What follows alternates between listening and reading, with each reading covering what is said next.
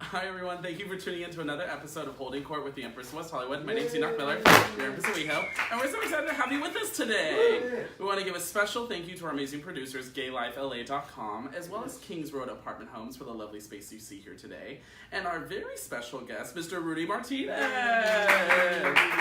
We're so excited. I had the utmost pleasure of meeting Rudy and his husband last week at the WowWee Awards. And thanks to Jason and Christian for introducing us. And you look stunning. I really love that shirt you had. It was very colorful. Oh, thank you. Very bright. And it was kind of like, you walked on the red carpet, it was like, bam, he's here. I realized that the shirt, it like matched the logo. It color. did kind of. Like pink and orange. And I was like, wow, I think I chose the right thing. They didn't plan it ahead of time at all. But, so, I mean, if anyone doesn't know, which if you aren't watching regular television, you're living under a rock. But Rudy's been on a lot of amazing shows such as Speechless, Jane the Virgin, and Dear White People, which is a very intense show, if I do say so. But it's actually kind of funny, so we'll get into a little bit of that. But Rudy's originally a LA boy, so born and raised here in South Pasadena. Yeah. So what part, like, because I know, I mean, there's like the whole like Rosemead, all that whole area, but what, like, what part is South Pas really? So if anyone doesn't know, South Pasadena is like its own city. Okay. So there's Pasadena, and then just south of Pasadena, there's South Pasadena, and it's a little town. It's like only 3 square miles. Okay. It has its own like one high school and like one middle school. And that's just right off the 10, basically, right? Yeah, right off the. Yeah, it's like right off the 110, and then like it's like north of the 10. Got it. Okay. And it's like everyone knows everybody, and it's like growing up there. It's like a very like Midwest little town or something. Okay, so like suburbia almost a little bit. Very sheltered. Which is so funny saying a place in LA is sheltered. I know, quite right? frankly, because of Los Angeles as a whole is crazy as fuck. Yeah. So what was that like? Because I mean, I always like to ask people what it was like in the places they grew up compared to. I mean, you live in LA right now. Yeah. I mean, you're in kind of this whole metropolitan area.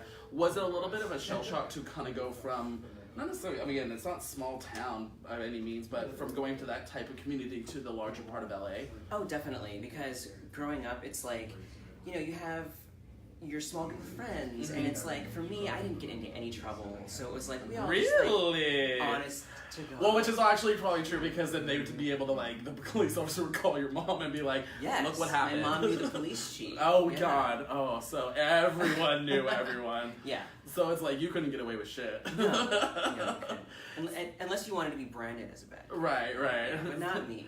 He's like, I'm a good boy. Angel.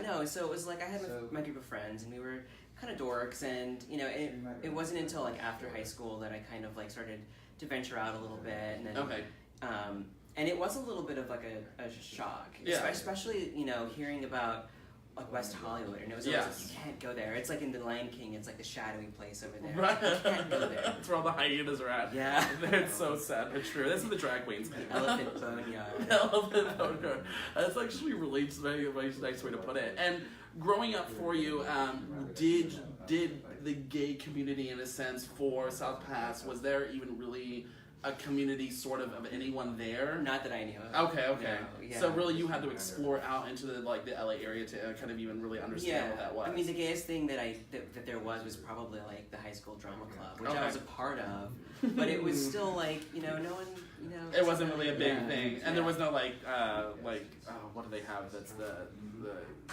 queer youth group? Oh, you know what? There was, like the Gay Street Alliance. Yes, Gay Street Alliance, that's what, and for some reason I wasn't a part of it. Okay. I wasn't really ready to do that yet. Yeah, and I mean, honestly, it's always in your own time. And what was your, like, a family, like, when you, came out to them from the womb? No, actually, I came out in college. Okay. And they were fantastic. My mom and dad, they couldn't have been better parents. Yeah. And it's kind of funny because my mom, at the time, she was watching a lot of Bravo and all the reality shows, and she loved, what's his name, like Jeff Lewis. Oh, Jeffrey Lewis, yeah. From Flipping Out, yeah.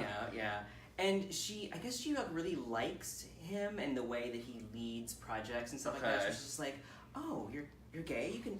So like Jeff Lewis is gay. He's a great guy. And it's like they couldn't have taken it any better. Oh my God! Did she just like already marry the two of you in her head? Is that what it was? Yeah. She's like, he's gonna gonna flip houses together. And so for you, what came first? Was it theater, or was it like actually doing stuff on film and television? It was theater. Okay, so it's in high school and doing all this stuff with that. Yeah, that's how I discovered acting. Okay. And then it wasn't until later, after I graduated college, like immediately after I graduated college, I got an agent. Mm-hmm. Actually, I got an agent while I was in college, and I snuck away to like go on auditions. Oh. And what really kind of got you involved into theater, and what like maybe kind of inspired you to be a part of that? Because it's, I mean, obviously it's not for everyone, and especially in a place like LA where everyone and their mother is trying to be an aspiring actor or actress. Yeah. What really kind of pushed you into that direction to wanting to be and perform?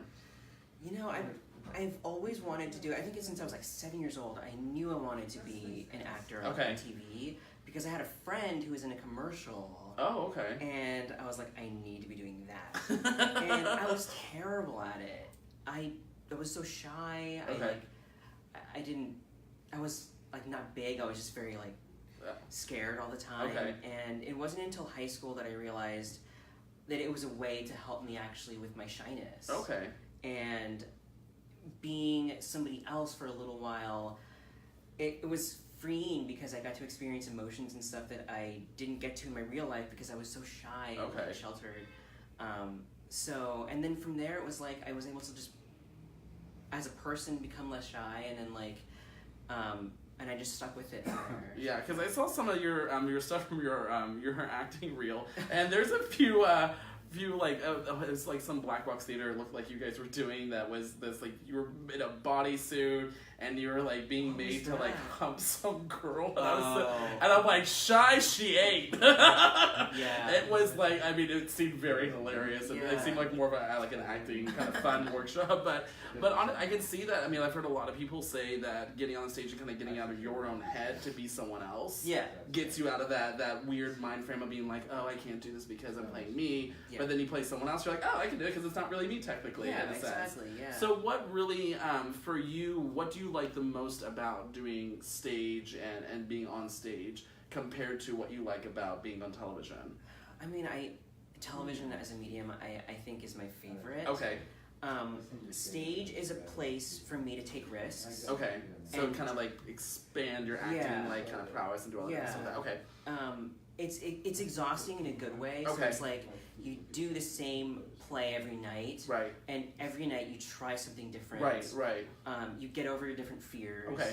And it's exhausting.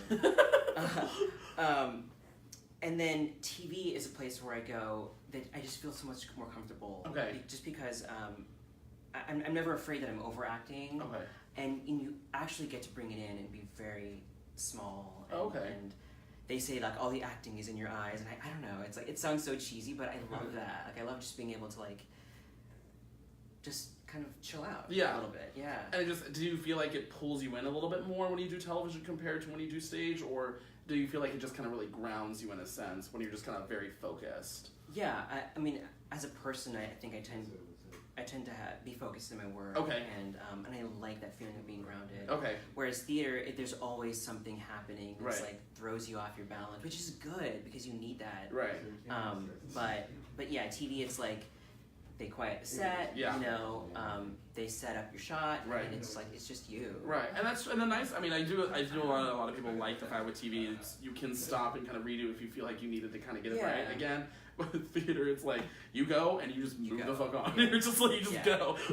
Yeah, and I'm a little bit of a perfectionist, so I like being able to like do the shot again. Okay, and do it exactly the way it needs to be done. Okay, makes sense. Whereas theater, it's like you don't get another shot. No, the next shot will be tomorrow. Yeah, maybe that's right. And by then the reviewers are gone. Exactly. Damn it. And so your first start in television, you were a recurring host for Disney 365. Yes. How did you get involved with Disney? Because that's an intense company to be involved with, because they know exactly, from their color scheme to their bleaching of their assholes, they know exactly what they want. What is that like working for Disney? It was a little intense. The funny thing is because on camera, everything comes across as really bubbly and you're smiling a lot, and it's like, hi, I'm Rudy and I'm here with Empress of WeHo. It's like, And I mean that kind of is over. I mean, anything you see on Disney and even like Nickelodeon as well is very over the top, overly dressed. Yeah. So like it's like you like took all this sugar and coffee at once and like a bomb, and you're just like, gah, energy. But behind the camera, it's like you're like crying. It's like they're there with a whip, and it's like. I'm smiling. It's like I'm smiling. My god, that makes me think of like, there was a skit someone did. It had to either been Family Guy or The Simpsons, where Mickey's behind the stage with the whip saying, "You will do it right," and like doing that. Oh my god. Yeah, it's like that. So, because you also did stuff with iCarly and Good Luck Charlie as well. Which was your bigger role? Because I feel like they were about this.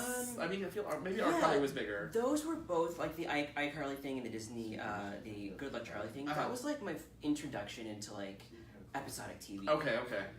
The hosting thing was like, it was a different sort of experience, just because it was I had to be myself. Okay. But a weird version of myself. I was like very happy and like chipper.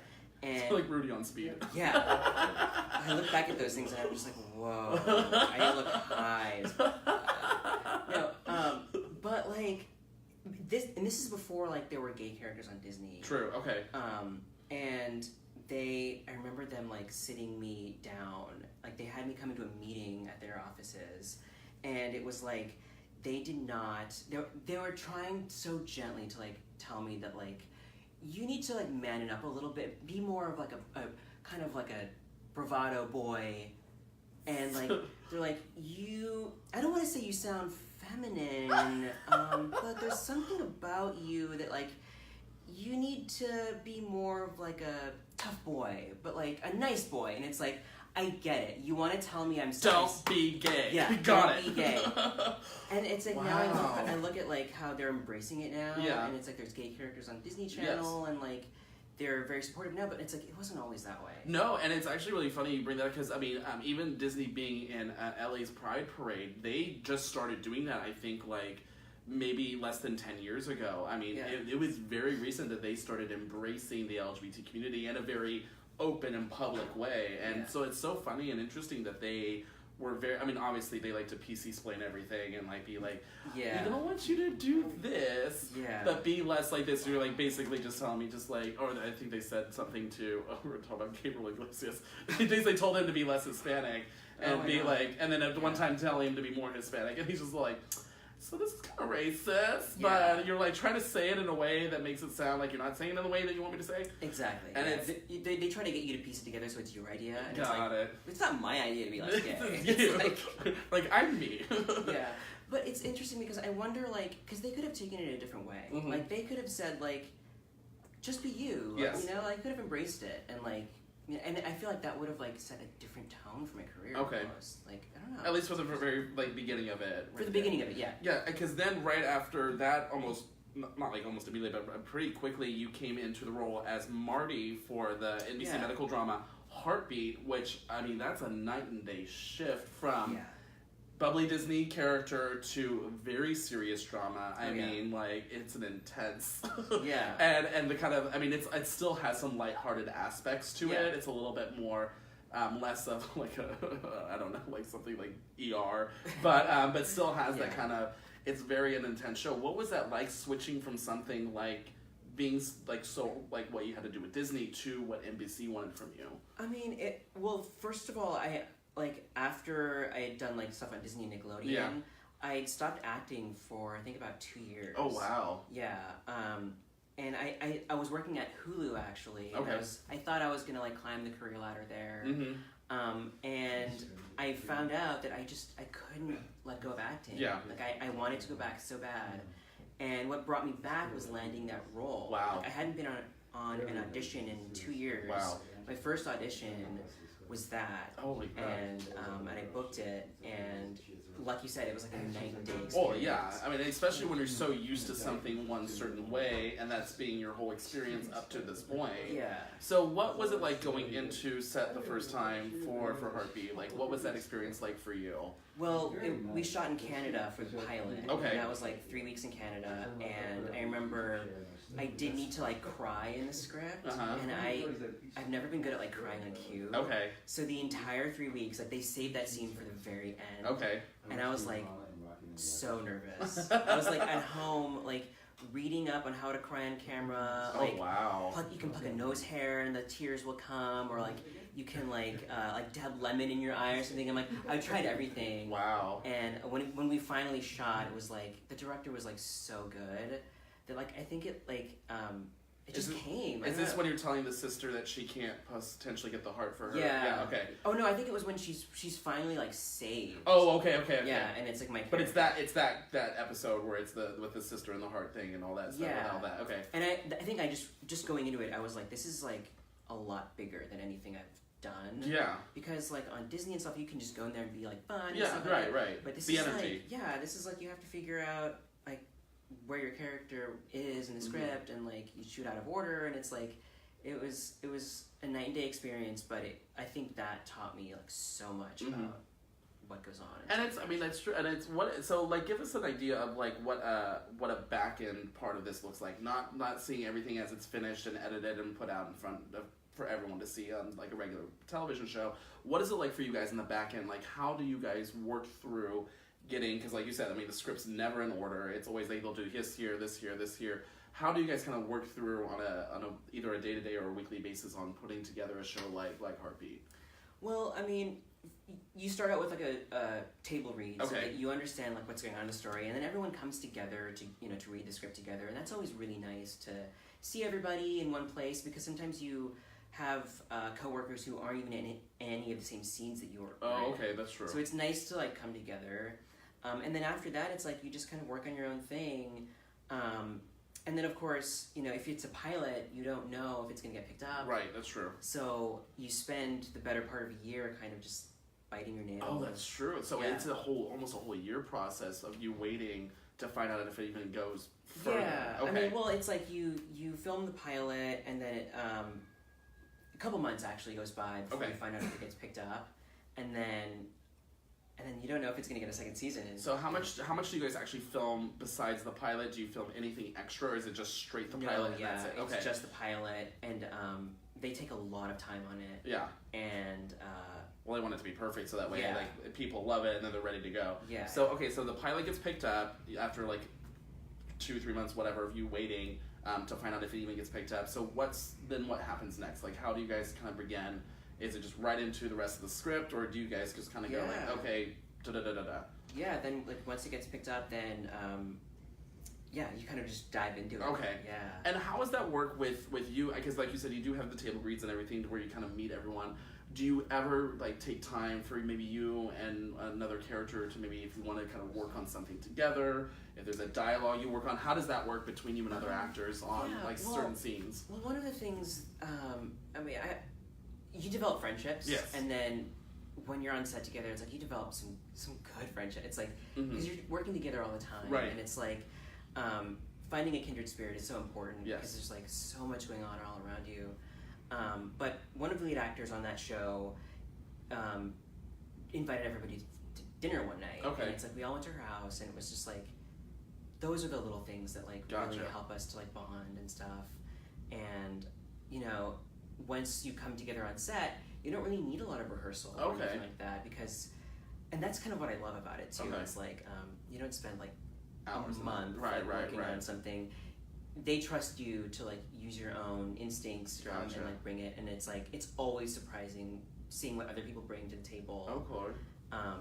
And it's like electric. It's like that's what I love about it. That's really cool. Do you guys? I mean, obviously, people sometimes will put out blooper reels and stuff like that. But do you guys ever surprise each other so much where you're kind of like throw someone off and they're just like, oh shit, like where was that?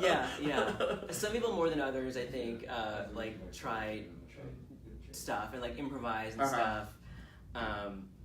And that's always fun. Like, when you can have a moment like that. For you personally, do you like to follow the script almost to the letter, or do you play it all with taking liberties? I follow it, and then if the director says, give me something else, or, try it, do your thing, then it's like, I rely on like my improv training, like, all right, I got this, I can do something funny, or add a line here, or whatever. And it's always fun when they actually use it. It's like, yes. You're like, I did it, it looks great. And so, let's go on to some of the other ones that you had some really great recurring roles in.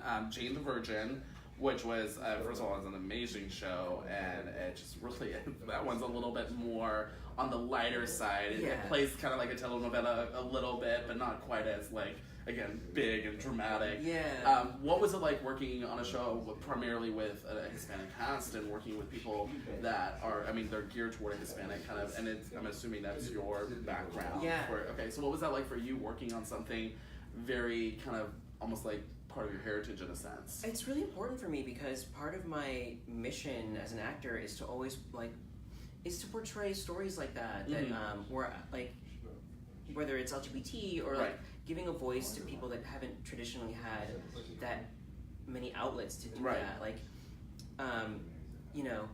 traditionally we haven't seen that many Latino, Hispanic, Latinx shows. Oh yeah, unless it's something that's overseas or something that's foreign made. We don't have, and again, it's almost a full cast that's completely Hispanic or Hispanic-ish relation or something like that. So that's amazing. So how did you get the gig for that on getting a part of that role? Well, it was supposed to be just like a one line, one scene part. And so I got the part and really only expected to work one day. Okay. But then they called me back, and then they called me back again, and they called me back again, and then pretty soon, Jaime, the guy who plays Gina's dad on the show, he just started to kind of like we were talking about, like he improvises a lot, and he started to just call me by my actual name, Rudy, in the show, and he did it so often they just changed that it. They couldn't edit it out. Oh my gosh! Yeah, and so they just made his name, my character's name, Rudy. Okay. I just thought that was a coincidence. It just happened to be, it's Rudy, and hey, my name's Rudy already. Anyway, so he was the one that changed that. Yeah. That's so funny. And we kind of had this little chemistry where he's like really tall, and kind of just like. His character kind of bullies me around a little bit. Yeah. He bullies everybody around, but he's a little bit. He likes to pick on you a little bit. It feels like, right? Yeah. And so we kind of developed that dynamic, and I think that the writers just went with it. Oh, cute. And so now I recently just filmed like my 15th episode on that. Wow. Yeah. It's amazing. Yeah, it's so much fun to be on that set. And and also with the character Jane, you guys have a really great chemistry in that as well too. I think it just plays. And you're right. He's got that bigger than life kind of personality. Yeah. Again, he's playing that's kind of like. I am a big star. Yeah. So it kind of works really well. You're kind of like sitting there with your like that fun little thing. Oh, I love it. I love playing like the dry. Just I'm over it. You do resting bitch face so well. I love it. Thank you. Don't tell his husband. And then and you've also done ABC's Speechless, and that's another really cool show that actually brings in a lot of LGBT elements to it. So what was that like working with that? Because that's not dramatic, but it's a little bit more kind of on the more drama side. I think it's definitely like it's a comedy, but it has that element that you need out of comedy. It's like dark comedy in a sense, a little bit, right? Yeah. But it's just got that emotional aspect to it. That like even though there's like a lot of funny moments and slapstick and stuff like that, it always brings it in with that drama that just like kills you. Oh, it's one of those funny shows that absolutely cry. Yeah. Oh, there's tons of parts where I just especially with the two boys. I just watch all the gay scenes. Honestly, that's just all I do with that.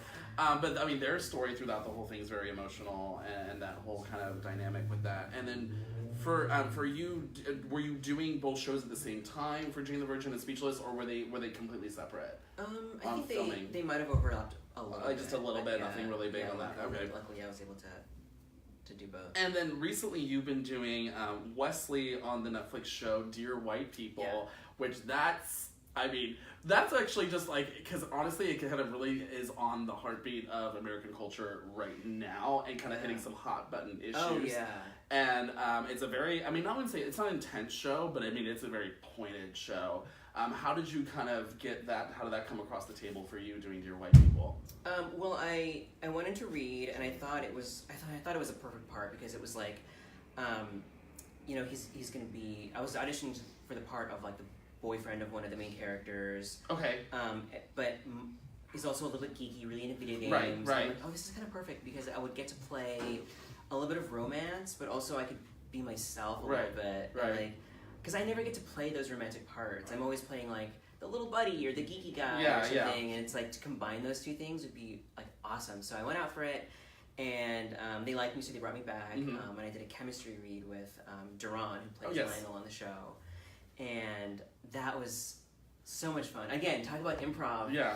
Like, I think one thing that I did that probably sold them on me was like, I went in and I didn't just end the scene where it was supposed to end. It was like I just kind of just kept going. And luckily, I didn't know this, but Duran is like such a good improviser. Oh, really? So he kind of like took what I gave him and like went with it. And we just went back and forth.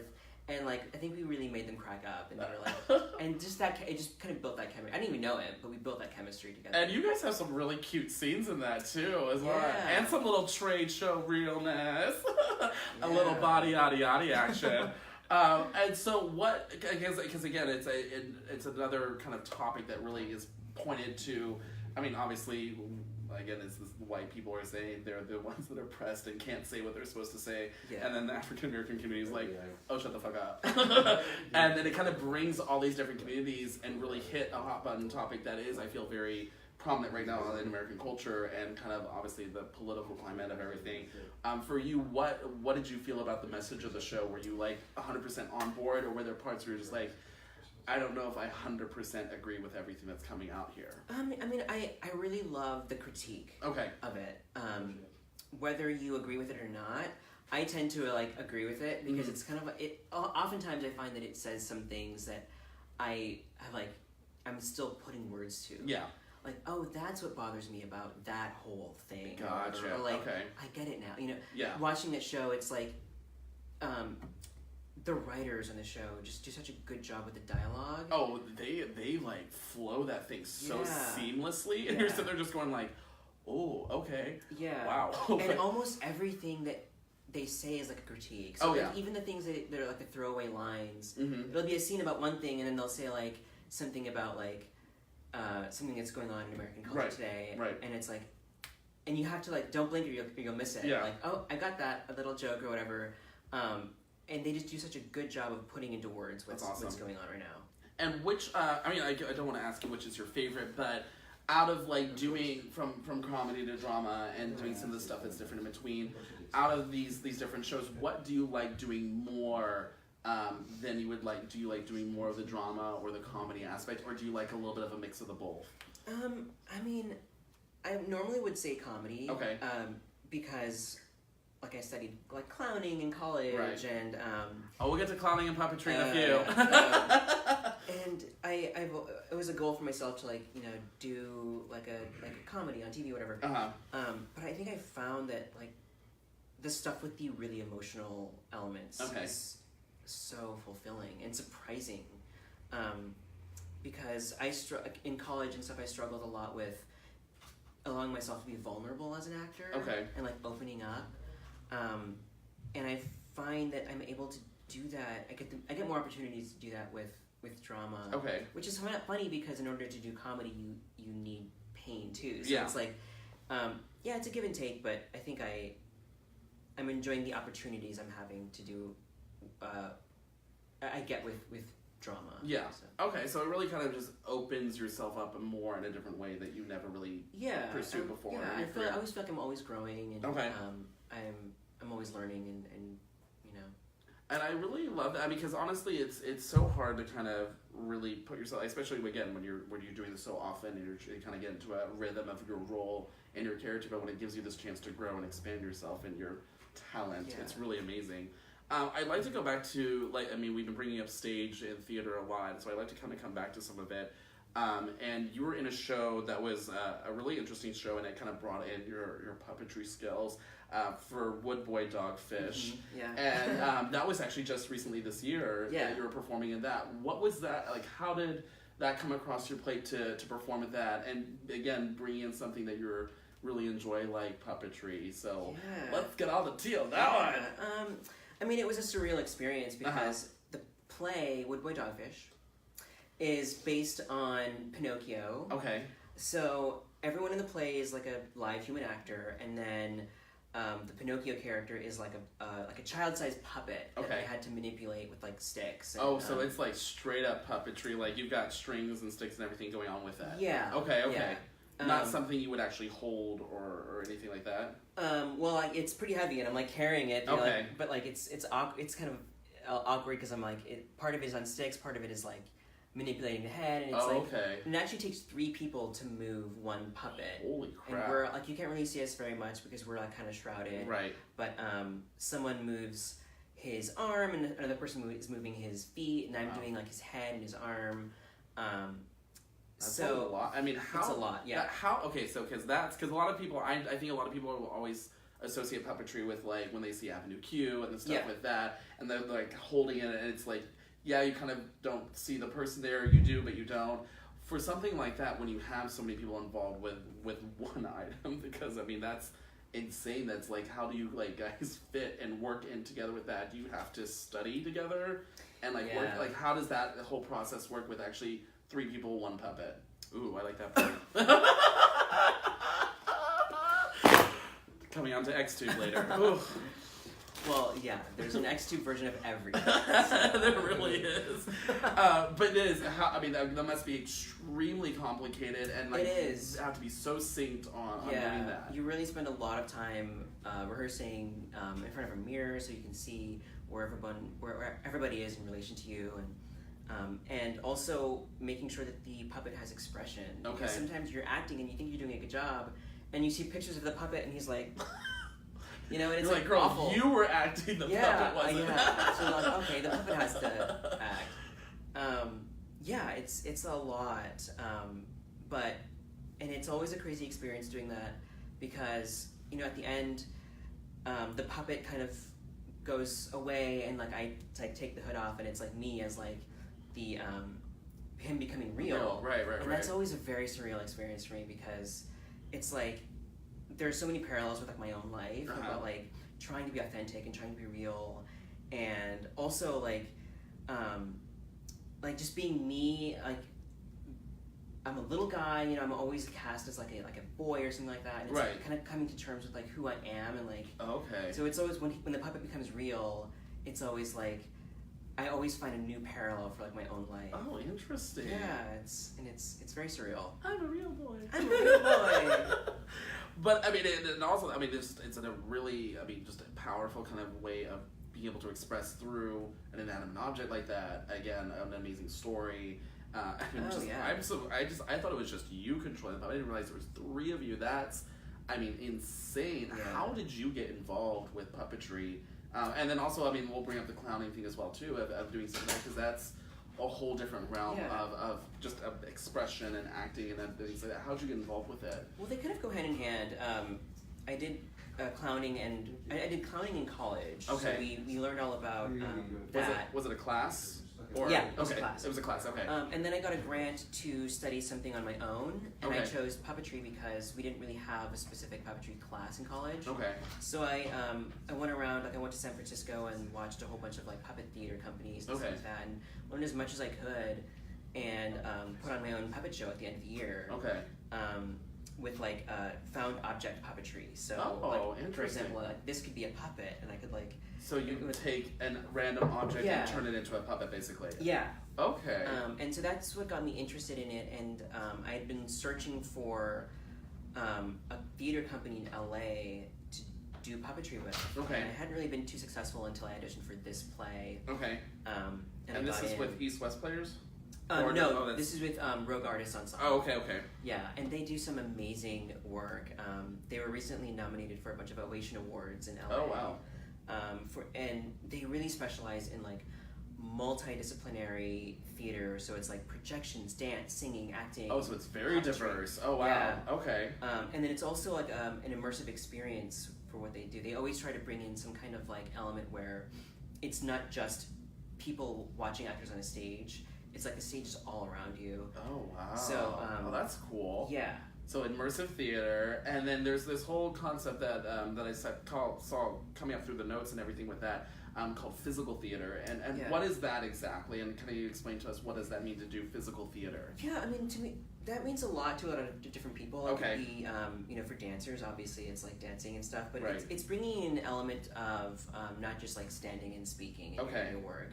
So, so like movement or whatever again. Yeah, and I've done some. Person. Yeah, I've done some pretty dynamic plays where, like for example, I did one play that was rooted in yoga principles. Oh. So, in order to like get from point A to point B, we didn't just like talk about what was going on or like interact with each other. It was like we were doing like yoga poses to like bring that to life. Oh, that's cool. Yeah, like acro yoga and like circus silks and doing Wait, as they say with Jeff Dunham, look at that peanut. Thank you.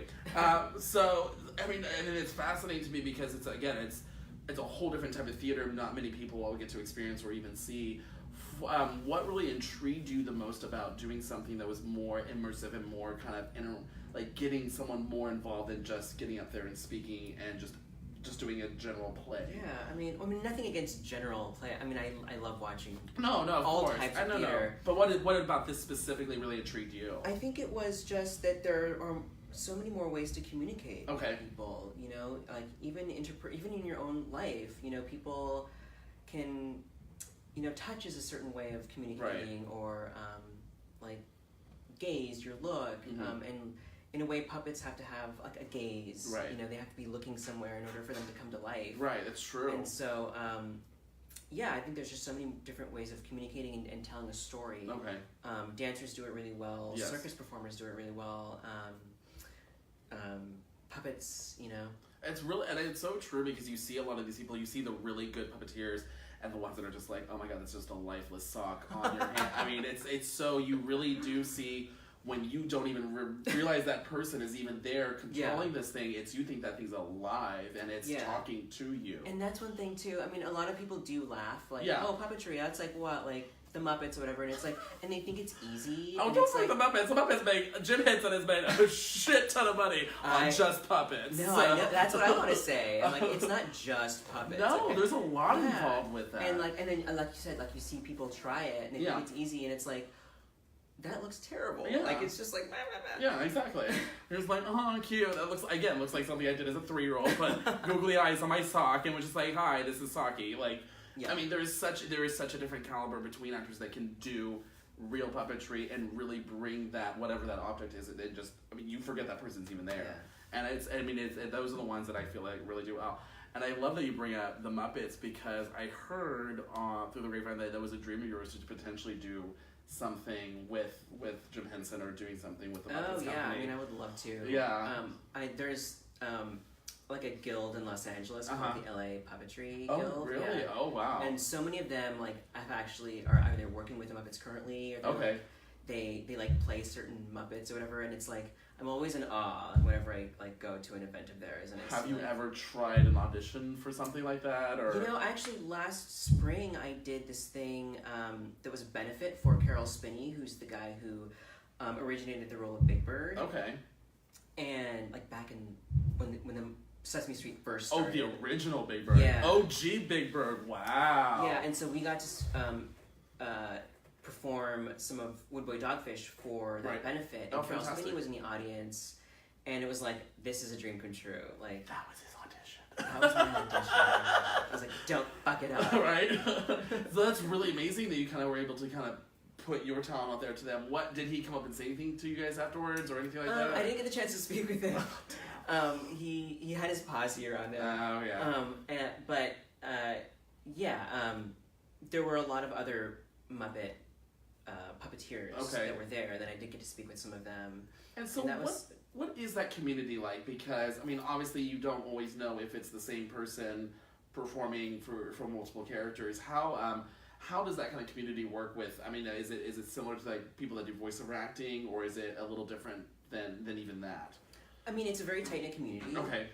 But some of the just awesome people. Yeah. Like, just getting to know them a little bit. They're always so accommodating, and like are supportive. Okay. Too. Yeah. That's fantastic. And to me, it's so fascinating because it's a whole level of acting you don't really get to see on a regular basis unless it's on like a Muppets movie or something specific to that. Yeah. Do they ever really get together and do like outside of like stuff with Muppets or anything like that to where they perform out here? Because the unfortunate thing, LA doesn't have a huge live performance scene. Yeah. I mean, I feel like it's growing, but do they ever do anything out in like kind of the regular LA community area? Yeah, I mean, the people I know, they like once you're in. Oh, okay, you're set. Yeah, but they're artists. And okay. They kind of do stuff all over. Gotcha. So it kind of just whatever suits their fancy, they kind of have stuff coming up. Awesome. And then you just have an array of just very unique talents, and I love it. You do piano and ukulele, which, again, a very interesting instrument and so different from guitar, violin, or anything like that. What kind of intrigued you about getting involved with like an instrument like the ukulele? Let's see. Probably when I like gave up trying to learn guitar. I think my guitar was... it's too hard. Just get this little tiny thing. No, I mean, like, I think my guitar was, like, too big, and I didn't realize I could just go out and get a smaller guitar. But I was getting so frustrated because I'm just like, I can't reach the strings. Oh, my God. So I picked up the ukulele, and there's only 4 strings. It's very easy. I just had a mental visualization of that. I was just, like, someone with an...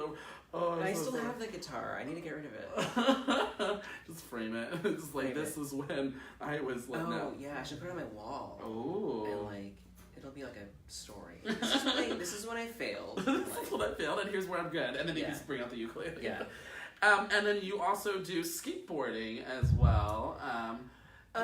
You know like what? Back in the day. Yeah, like back in the day. Because I went to UC Santa Barbara for college, and everybody skateboards there. Oh, really? Like, you skateboard to class. Oh, wow. And you could probably surf to class. I'm not joking. Like, it's right on the water. And, I mean, it's Santa Barbara, so I mean, it's like right over by and, like, there. Everyone's like a beach bum. Like, everyone wears like flip-flops and like, I don't know. So it's like, of course I had to learn how to skateboard. Oh my gosh, that's so... I mean, for you, I mean, what do you feel like for you as either an individual or as an actor... or anything else you do in your career, what do you feel like for you, how do you personally grow in your talent and grow in the different things you like to do, like with puppetry or with television and film? What for you helps you grow as a person through these different experiences you have? I mean, just taking time to like invest, like always taking stock in like what's going on in your life. Okay. And figuring out what you need next. Gotcha. So for me, most of the time it's taking classes. Gotcha. Okay. Whether it's like on-camera acting classes, improv classes, and improv classes I think are like offer the most surprises for me because I never know what I'm going to learn. Gotcha. It's improv. Because it's improv. Yeah. I love it. But also because like I am still kind of shy, and it forces you to get out there and say the first thing that comes to your head without feeling like you're going to say something stupid. Okay. And you don't really have a choice. You just have to get up there and do it. Yeah. That's so true. And even if you do say something stupid, it's like, well, that happened. Right. And then for you, with like kind of how do a lot of these roles sometimes translate to things you're dealing with in your personal life or stuff that you go on a day-to-day, like, because I know sometimes people really relate a lot with their different characters. For you personally, do you find a lot of these things kind of translate both to your everyday life to what's going on filming? Always. Okay. Yeah, and even if it's a little bit of a reach, then it's my job to find out where the parallel is. Gotcha.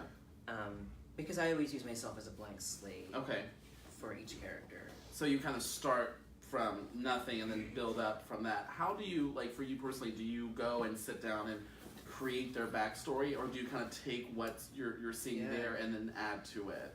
Well, I think first of all, like my manager helps me to book auditions and stuff like that, and he has to submit me for things that he thinks I'm right for. Gotcha. So already the characters are a lot like me. Gotcha. So they're in that line of like you-ish. Yeah. Got it. Okay. But always I journal and I answer questions. Like I think of questions and I answer them in my journal. Okay. As the character, and I. Oh, interesting. I like that. That's really cool. Yeah.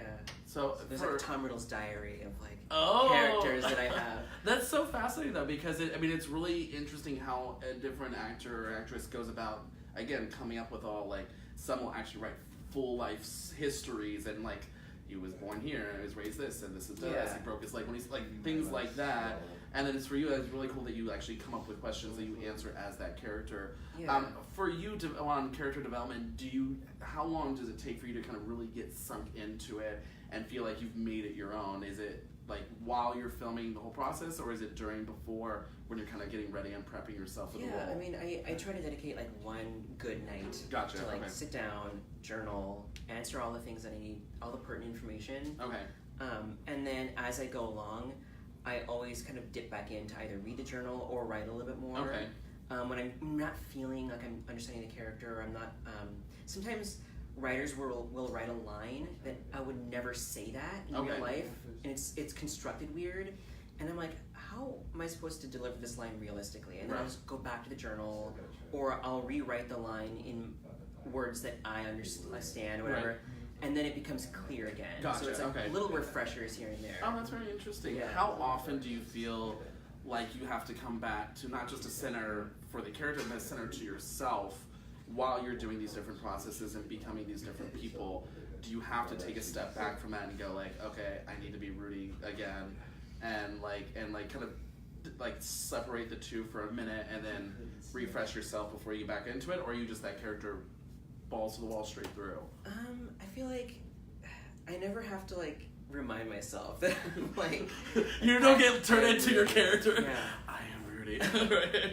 Because there are some people I feel like they get so enveloped in their character that it just becomes their everyday persona. I should like hire someone to like shake me when I get off the camera and like slap me back into reality. No. I mean, there's you just ask any of your coworkers to see which ones will raise their hand first. I know, right? Will you help snap me out of it? Yeah. Just get Cher to come by, snap her out of it.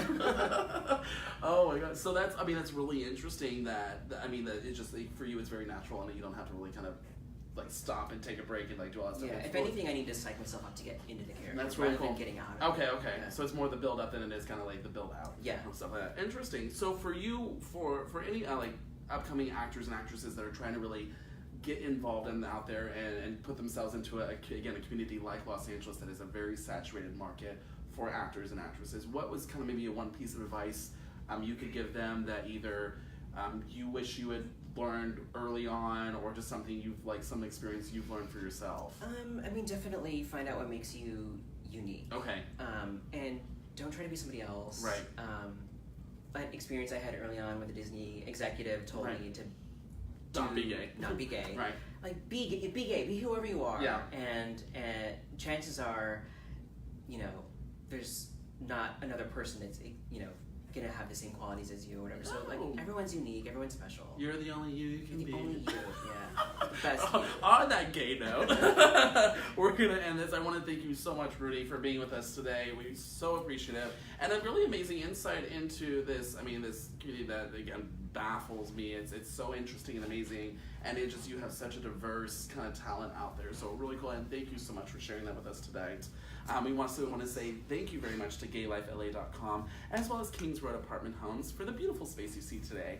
Hopefully we'll be back here next week. Is the holidays, so shit goes crazy in here in LA. So we'll be catching up with you guys later.